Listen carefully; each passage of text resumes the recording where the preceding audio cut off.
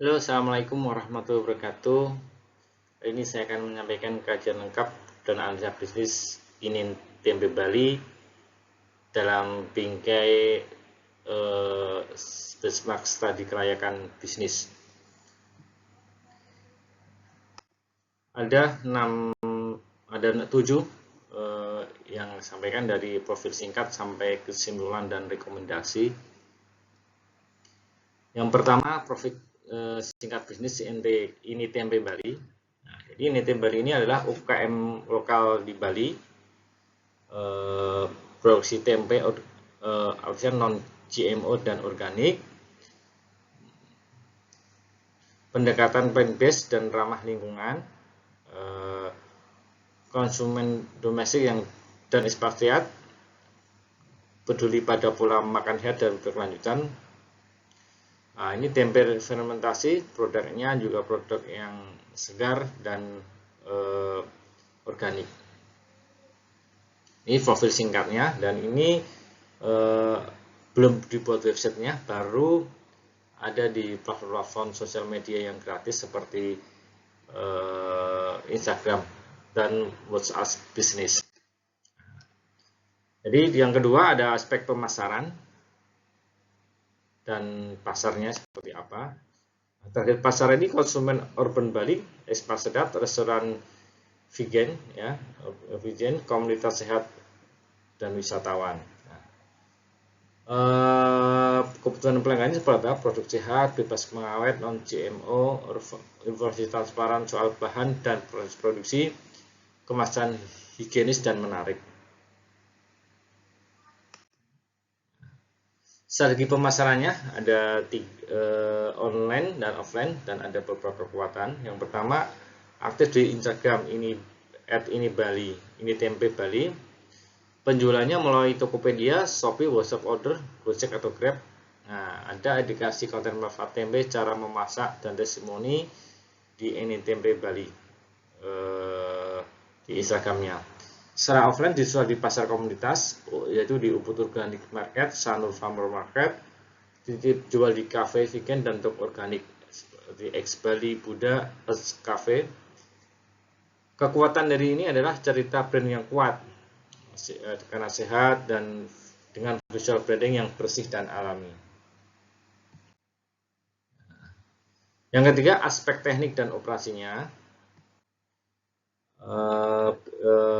Lokasi dan fasilitasnya berbasis produk rumahan di daerah Gianyar, Bali. Fasilitas sana dengan kebersihan dan higienitas dijaga ketat. Area distribusi mencakup di pasar Ubud hingga Canggu, ya, untuk yang offline-nya. Kalau online tentu tanpa batas karena sesuai dengan jangkauan sosial medianya. Proses produksi yaitu proses fermentasi tradisional dengan kontrol suhu dan kelembapan, masih tradisional, belum ada sentuhan teknologi bioteknologi. Bahan baku kedelai lokal dan ragi tempe alami. Nah, ini juga menjadi kekuatannya itu dengan kedelai lokal, dibungkus dalam daun atau vakum plastik food grade. Teknologi platformnya untuk pemasaran dan bisnisnya ada Google Sheet untuk pencatatan produk dan stok, Instagram sebagai media utama promosi, WhatsApp Business untuk pemesanan, dan marketplace Tokopedia dan Shopee. Yang menarik, dia menggunakan Google Sheet untuk produksi dan stok sehingga semua orang bisa melihat stoknya apabila dia bisa mengakses Google Sheet. Yang keempat, aspek manajemen dan SDM sederhana saja secara organisasi, yaitu owner merangkap manajer produksi dan pemasaran karena masih kecil, yaitu ada orang untuk tenaga produksi, 1 orang admin untuk pemasaran online. Ini cukup simple karena omsetnya juga masih sederhana. Kebutuhan SDM-nya, karyawan dengan pemahaman proses fermentasi itu untuk produksi, digital marketer freelance untuk konten dan iklan, dia masih freelance. Karyawan bagian packing dan prediksi ini bukan freelance. Nah, peran kepemimpinan dan digital skill. Owner memiliki visi kuat akan pangan sehat, adaptif dengan platform digital, perlu peningkatan digital skill untuk scale up. Jadi perlu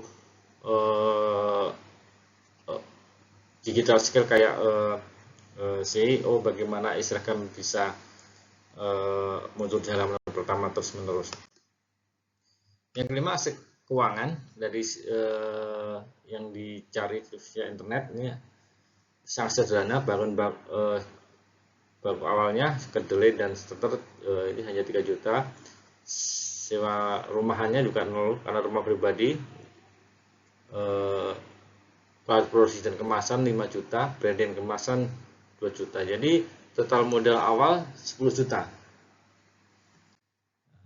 Sumber modalnya yaitu modal sendiri atau pinjaman koperasi atau UMKM. Perkiraan pendapatan, nah, karena nggak ada inovasi yang tepatnya, diperkirakan total penjualan per bulan 15 juta, biaya operasional 8 juta, dan laba bersih estimasi 7 juta per bulan. Aspek risiko dan yuridis, pasar komputer produk tempe produk yang lebih murah karena ini produknya premium ke kelas premium, maka apabila ada produk rumahan yang menggunakan cara marketing yang sama, dia akan lebih murah. Secara hukum wajib punya PERT dan sertifikat halal jika ingin masuk retail modern. Secara teknologi ketergantungan pada Instagram ini juga rentan terhadap algoritma, jadi perlu ada peningkatan skill di digitalnya. Secara legalitas sudah memiliki PRT dalam proses pengurusan sertifikat halal. Nah, jadi halal dan IP dalam proses perlu memperkuat SOP produksi jika ingin ekspor. Ketujuh, kesimpulan dan rekomendasi. Apakah usaha ini layak? Ya, usaha ini sangat layak dijalankan dan dikembangkan karena profitable dan potensi berkembang.